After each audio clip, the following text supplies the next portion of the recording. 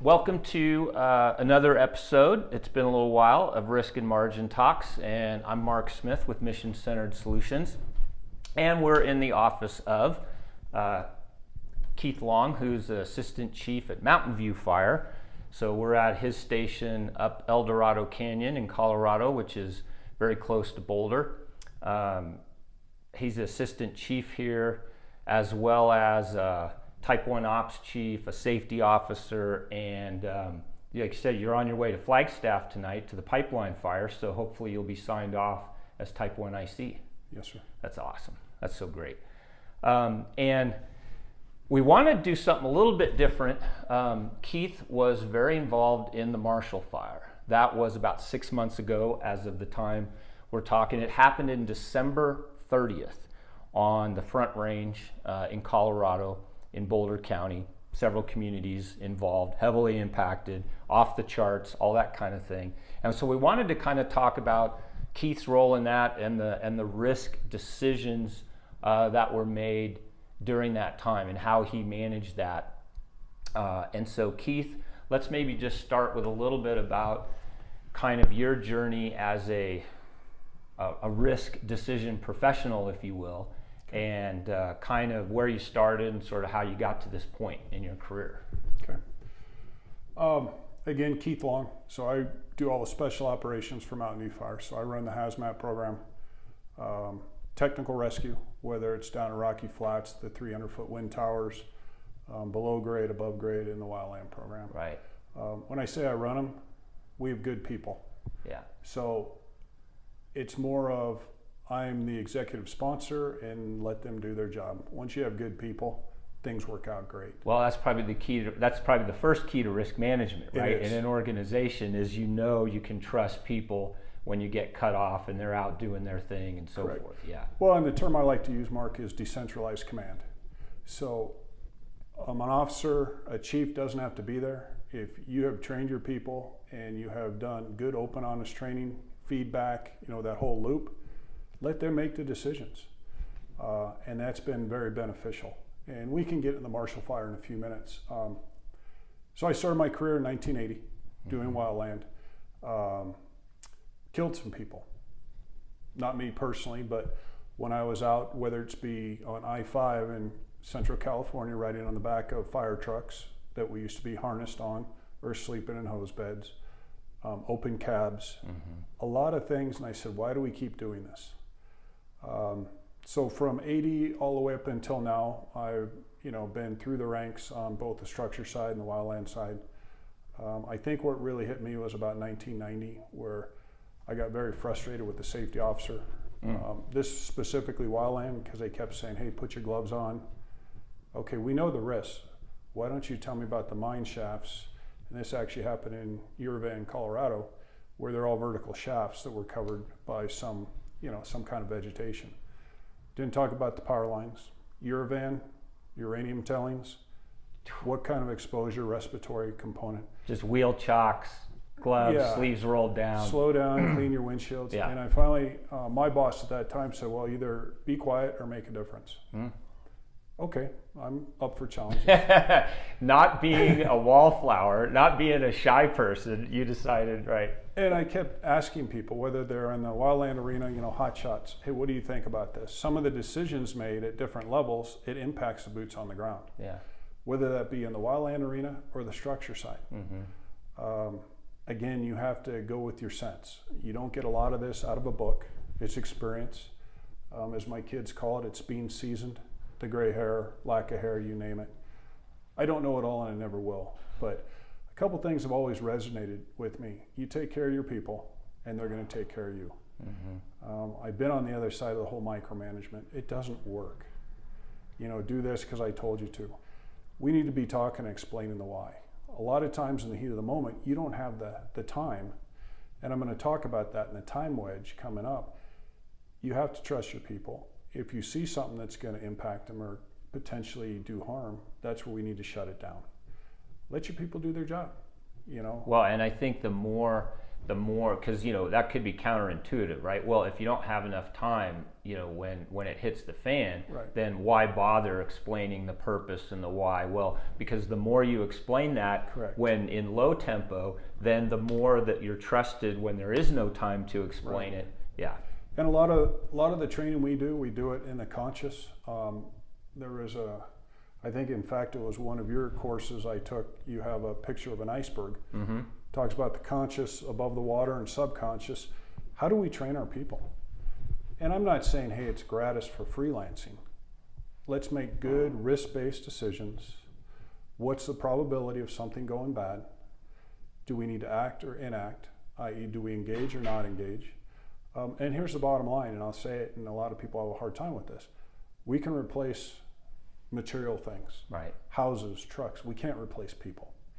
And that's the big take home, I think, on risk. And we're going to talk about that in a few minutes on the Marshall Fire. Well, and it's funny you say that about the course, because I was going to say that Keith and I have probably been working together for 14 years. And I know this not because of my fading memory, but because I have the knife that you gave me in 2008, the first time that we worked together. So it has the date, which is the only reason I know. And we've been working on and off on different things. And, you've been the student of mine. I've been the student of yours. And we've been and we've been, Right. So it's been a pretty cool journey. Well, let's shift to the Marshall Fire. And so maybe you could talk a little bit just about, and there's no template for this. We have a lot of new fire behavior that's never been seen off the charts, and I'm not even sure there's anything I've seen. I was in Paradise in 2018. I mean, I haven't even seen anything like what you described when you took me on a tour of the battlefield, so to speak. So maybe a little bit, try to paint that picture for people. Okay. And then start talking about what your specific roles were, and then just roll into it from there. So let's start about 10 o'clock on the 30th of December, 2021. And let me back up before that. We knew from January until June of 21, a lot of moisture, a lot of growth, in all the grasses, and then we went into a drought. Mm-hmm. So everything was cured. And when we say cured, I mean it was tinder dry. The morning of the 30th, I pull up weather every day because that's just something I've done. We were expected 90 to 100 mile an hour winds coming out of El Dorado Canyon. So if you think about it, El Dorado Canyon is on the south side of Boulder. It comes over the divide from the western slope. Everything's compressed and it comes right down. And then at Venturi's, right? Exactly right. Venturi is a perfect. And we knew at the bottom of the canyon, because we have different, the national atmospheric folks are here, we knew it was going to be rough. About 11 o'clock, we had the tones drop off Highway 36, which is north of Boulder, for a fire. The Type 3 team got mobilized out of Boulder. I'm one of the ICs for the Boulder IMT3, also do operations, do safety. My whole thing now is getting succession planning. Mm-hmm. So it doesn't really matter what hat I wear. They did a great job. They got the fire knocked. About 11:30, I'm looking out my window and see that we got something going on. So I live about 20 miles north. My phone starts pinging, everybody's calling. So I head down. I'm listening to the radio, and it is chaos. Of course, right? Again, we had so many different agencies on so many different radio frequencies, channels. People, the firefighters were trying to do their best. About noon, I showed up. I remember coming. I tied in with the battalion chief from Louisville, and we'll talk about that in just a second, kind of just to give people a little help. And the gentleman says, "Hey, are you Keith? Are you the wildland guy? Because you're taking this, right?" I said, "No." I said, "Chris, you and I are going to sit together for the next 8 to 20 to 30 hours. I'm going to help coach, mentor." I said, "I don't have all the answers, but what do you need me to do?" His eyes were big. He had never seen anything like this. Neither had I. Yeah, I don't think anybody has. So we met over by the right off Marshall in Superior. And just for point of reference. Yeah, it's a quick little. So this is Superior proper.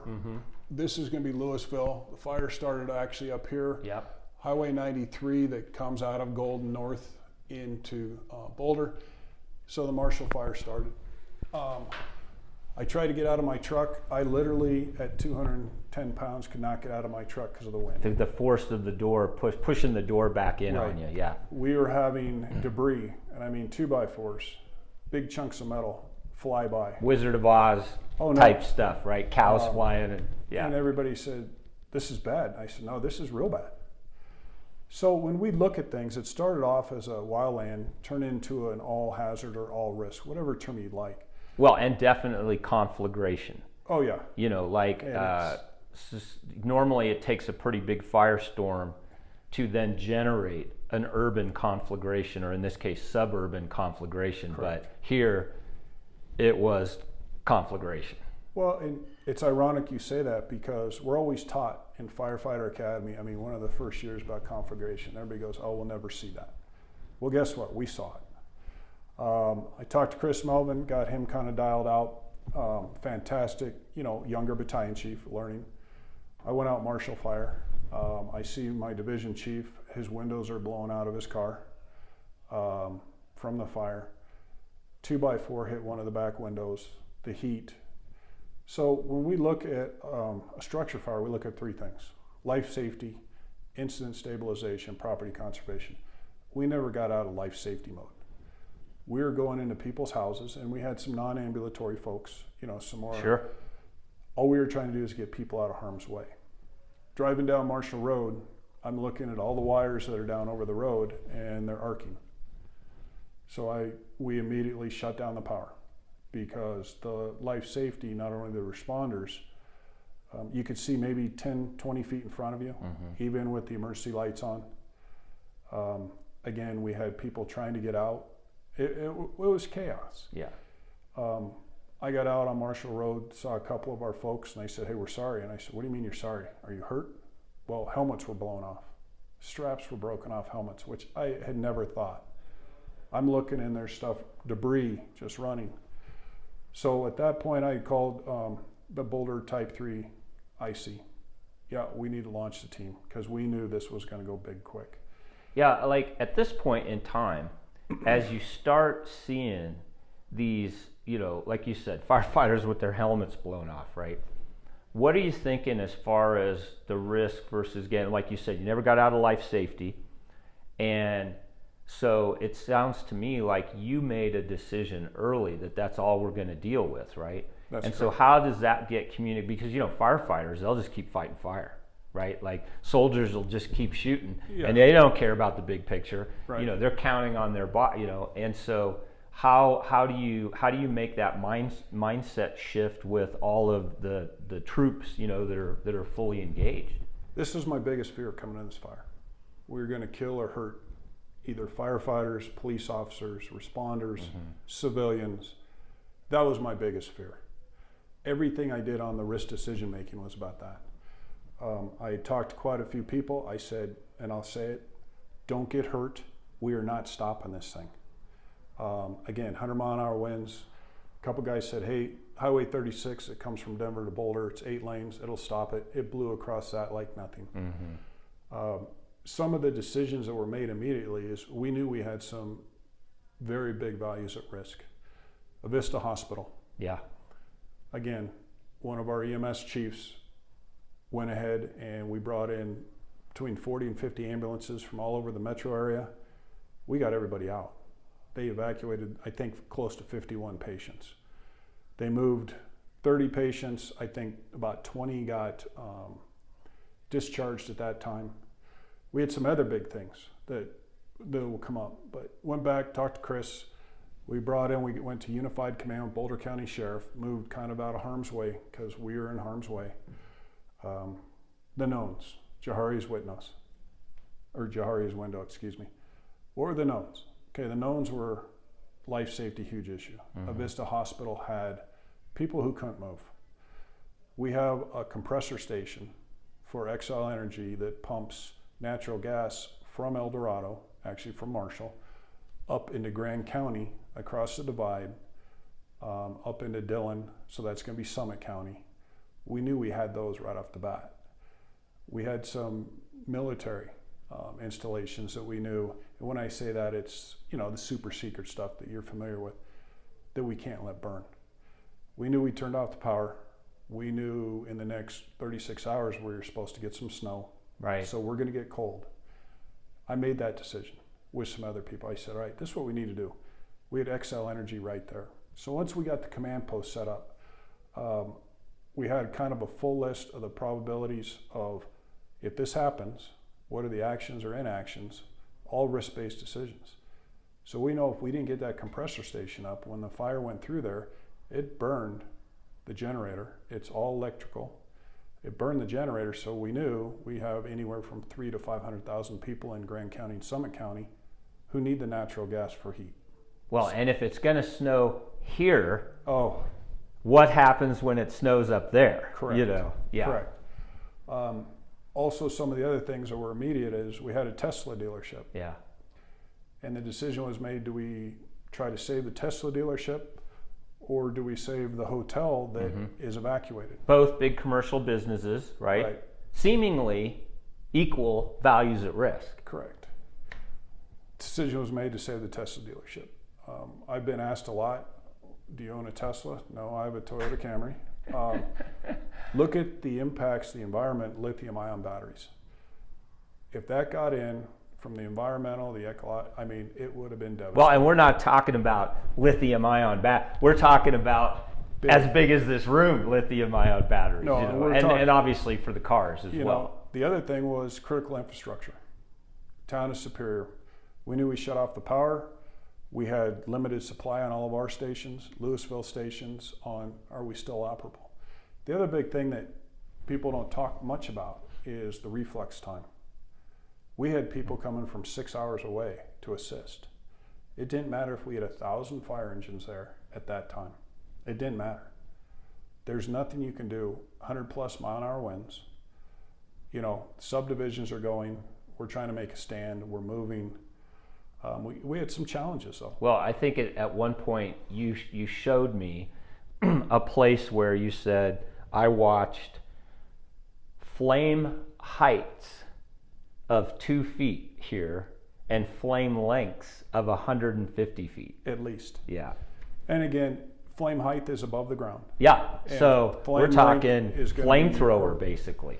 It was. Yeah. And, you know, the respiratory issues with people, we do have quite a few, and I'm going to call them special needs. Might not be the best, but the people who are on ventilators at home, Yeah, they're really at on risk. I mean, yeah. home oxygen, we know where most of those people are. Right.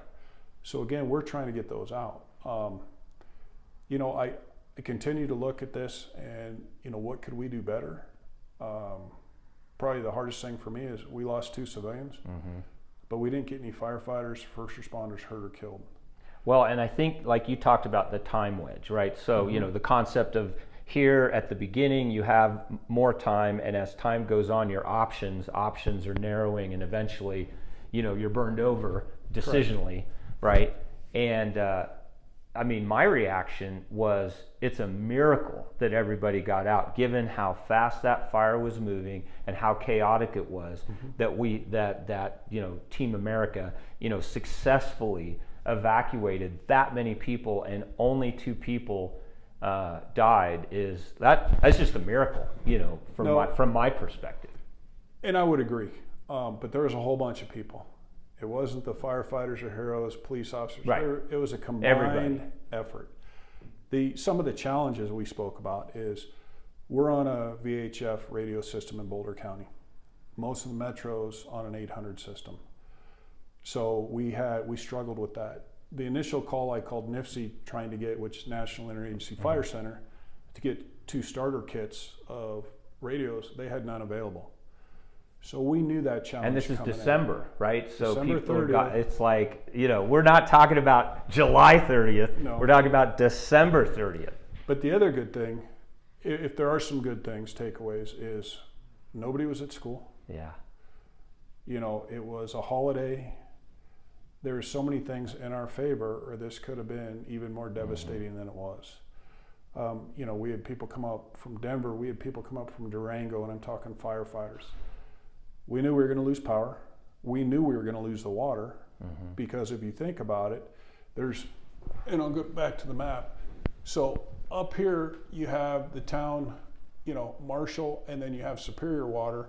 You have Lafayette. Well, their pump stations went down. We were using so much water. And if you think about this, a deck gun shoots 500 gallons per minute, and it wasn't going 20 feet in that wind. Yeah, right. So some of the tools we normally use were out of play. So we knew the water was going down, all the hydrants, we knew the power was going down. We finally got a handle on the priorities, on what we're looking at. But every decision made, and again, it was decentralized command. We have some solid operators. The real firefighters the real heroes were the firefighters, police officers, first responders out there. They were having to make life and death decisions. It didn't come from me. And when the Type 3 team came in, I moved into an operations role because I have a pretty good idea. Some people say, you're going to request aircraft. Okay, look at the risk. At 100 mile an hour winds, helicopters don't fly. Yes, we had fixed wings on standby out of Abilene, Texas. Why are we putting more people in harm's way? Well, and what are you going to do? I mean, if you Nothing. drop fire retardant Nothing. in those winds, nothing. Yeah, it's just, And it was ironic on some of the houses that were saved and some that weren't. I mean, we had stucco siding, we had concrete roofs. They burned. Yeah. A lot of it was the debris on fire going through windows. And it didn't matter, there was Trex decks, there was redwood decks that were fine. Wood siding, it was fine. Different types of roof, it was fine. And it was just the capriciousness of where something impacted and went into a house or where, Exactly. Yeah, I mean, I remember seeing, of course the fire came, from the northwest and it's coming down. And you'd see that in the trees as we were driving around. And then one tree in the middle was completely the opposite. Correct. Its northwest face was absolutely clean, and it was the southeast face that was completely black. Right. And every tree around it was the opposite. Well, and if you remember on our drive, seeing some of the gullies between some of these subdivisions, again, the wind was pretty much coming out of the west to the east. It was running. It's like sword thrusts of fire, Just think of water. It takes the path of least resistance. I think overall, and we could talk Marshall Fire all day, but we had about 73 different agencies come in. Not only did we evacuate a Vista hospital, but also down in Erie, actually in Lafayette, there's another one. It's Good Samaritans. They were on standby. So a couple good things that happened is getting Xcel Energy in early so we could de-energize lines. What are their values at risk so we know. They actually brought in for each of the fire stations called an E-tank. We didn't know when we could get the power back on. And when I say the power, specifically natural gas for heat in the fire stations and everything. They brought in E-tanks within 8 hours. Wow. And got, what I would call the essential services as much as we can. Fire stations, police stations. Right. Everything that we could get back online safely, we would. The other thing people talk about is, well, why didn't you have water pressure? Well, when the house is burned, the piping that comes into your house, it usually goes through, some kind of backflow or some kind of system. When the house burns, we had free flowing water. Yeah, everywhere. So we had to shut water down just to try to get pressure in the Yeah, system. because I think by let's say by midnight, what would you guess of how many structures had been lost just by that time? I was saying 4,000. Yeah. And that was literally me taking a dart and throwing it. Yeah. We had no good intel on that. Yeah. Yeah. I mean, and there were reports, even early of 600 are gone, and this, and it just exponentially grew. So that water pressure thing. Talk a little bit as you went from a very intuitive risk decision maker initially, and then you kind of transitioned into that IMT role. And then how did your risk thinking change, or how did you start capturing and systematizing risk decisions once you became an IMT member? Okay. Again, a lot of the stuff that the IMTs use now came out of the military, and specifically operations on aircraft carriers. Right. For every action or inaction, there's going to be risk. There's going to be potential consequences. The other thing is, what's your probability of success? Right. Potentially, can it work? There's 10 different ways to go about things. And I'll give you a couple analogies. So if I'm a wildland firefighter and I have a huge snag patch, trees that are very dangerous, do I want to put a hot shot crew in there to cut the trees down, or do I have another option? How about bringing a thumb excavator? A mechanical, and the man or woman, whoever's driving or operating the thing, is very safe, and push the trees over. Can we bring in fire line explosives? We do this in numerous states to make fire line. I look at this and it's about the same thing. But sometimes, again, I used to call it slides in your slide tray. The problem is a lot of younger people. Well, now it's, Tools. JPEGs, photo, right. Tools in your toolbox, Yeah. whatever you want to use. So again, that time wedge we talked about, it's huge. Initially, when this thing, and I'll just say it was running and gunning for a good 12 hours, we were just trying to make sure nobody got hurt. After that, we started looking, and where I'm going to go is, we look at and I'm up on the top left, let me use a pointer. So something we've done is severity consequences. Right. We look at the probability, and then every decision you make, and we got to look at it this way, you have what's called strategic risk. Right. For the entire group. And those are the big picture values at risk. Correct. And we can talk about that at the Marshall. And then you're going to have what I call mission-centric risk or task risk. Tactical risk. Again, right. Everybody Lots uses of different ways. terms. Right. Everything we're doing, we're looking, okay, I fly a helicopter in 100-mile-an-hour winds. What's the probability of that going down? It's almost certain. Yeah. Potential for injuring or killing a pilot, it's extreme. And probability of success is virtually zero. Or is totally zero. It's not virtually zero. Right. Do you have the right asset or the right resource to do the right job? Is where I'm kind of going on this. And we're going to talk a little bit more. It's like everybody likes to see the DC-10s or the VLATs, the very large air tankers, fly. Can they get low enough to make a difference? Again, I'm not a political person, but let's do the right thing for the right reasons. Yeah. And that's something I'm going to hang my hat on every day. The other thing we look at is severity of consequences. What's the potential? And then we look at real-time risk management. What is the risk associated for today? In my role, I was getting hit with a whole bunch of stuff. Chris Melvin was getting with a whole bunch. Make a good decision over the radio. Because we were running radios on the VHF side, as we talked about, on the 800 side. So I could only put certain resources out of Denver in certain areas because we had to get them all on the same channel for communications. Communications was not good. And then on the others, we had to go ahead and do them on the VHF. Some things we immediately did when I took over operations is, this is Highway 36. It comes out of Denver into Boulder. Denver way down here, and Boulder up there. We made these branches immediately. We had 8 different commands. Louisville Command, Old Town Command. Things were very convoluted. So within 15 minutes of being in the ops role, because again, we didn't have good accountability. Right. We were hoping for the best, but there's really nothing we can do. So the north side, kind of northeast, was branch 1, branch 2. We tried to get in some kind of middle management, and I'm talking about divisions. Right. So we tried to get that installed, but it took time. I mean, this didn't happen overnight.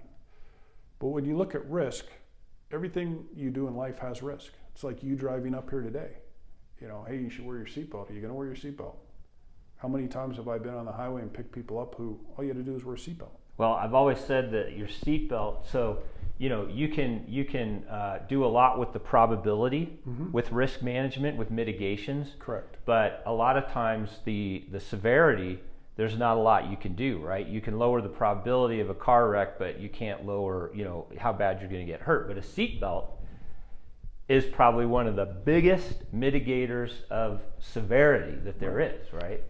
So when we look at this, and I'm talking not in the initial attack. Yeah, no, right. And that's something people have to understand. I don't stop and do everything. That's all intuitive, Correct. Right. But if I have something that the severity, consequence, and probability come out high, if I cannot mitigate that, why are we doing it? Mm-hmm. Period. And the values at risk aren't high enough to warrant, extreme in extremis, action, right? Right. And it's, I think as firefighters, I think as most operators, you're going to take a lot more risk to save a life. Mm-hmm. Again, as I talked in the beginning, you can rebuild houses, rebuild fire trucks, police cars, you name it.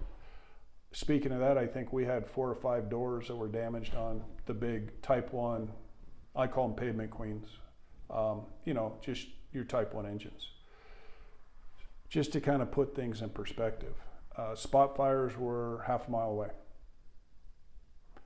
We had thought, in the beginning, and not so much of this has been pre-planned, but just with the experience, I knew Highway 36 wasn't going to stop this thing. Mm-hmm. If it continued to go, and the only thing that really helped was Mother Nature. Yeah. About 8 o'clock at night, the winds calmed down. We could still get in, do the best we could, but that's really the whole thing. A Type 1 team was ordered about 3 o'clock. So that's the Rocky Mountain Type 1 team. They came in. That was the best thing because going 36 hours straight, we were worn out. Yeah. And then at this point now, that same night, now it starts snowing. It actually the next day. Or the next morning, right, next morning. So the 31st at about 10:30 to 11, yeah, it started snowing. And it was snowing good, hard. We had probably between 18 inches and 20 inches. Yeah. And again, we still have people out there in harm's way, whether it be the utility people trying to shut off gas, trying to re-energize, so it didn't stop at that point. The good thing is we brought the right resource in to manage it. Yeah, yeah. Everything we did, though, was risk-based. Yeah. Well, I really appreciate your time. Mm-hmm. I know we've been trying to get together a couple times to do this. I just really think this is so valuable for people to kind of, because everybody's going to face this kind of thing. Mm-hmm. It's just a when, it's not even an if. And so I know personally, just listening to you, you add some slides, still work off slides, not, so do I. JPEGs. But, I'm adding slides because I think it's the first hour sets that stage for the next 36 hours, right? That's about priorities. It's about that. And I think that's super valuable. So I really thank you for your time, Keith. And you can wave at the folks at home, and we'll see you on YouTube, man. Thank you. Awesome. Thank you.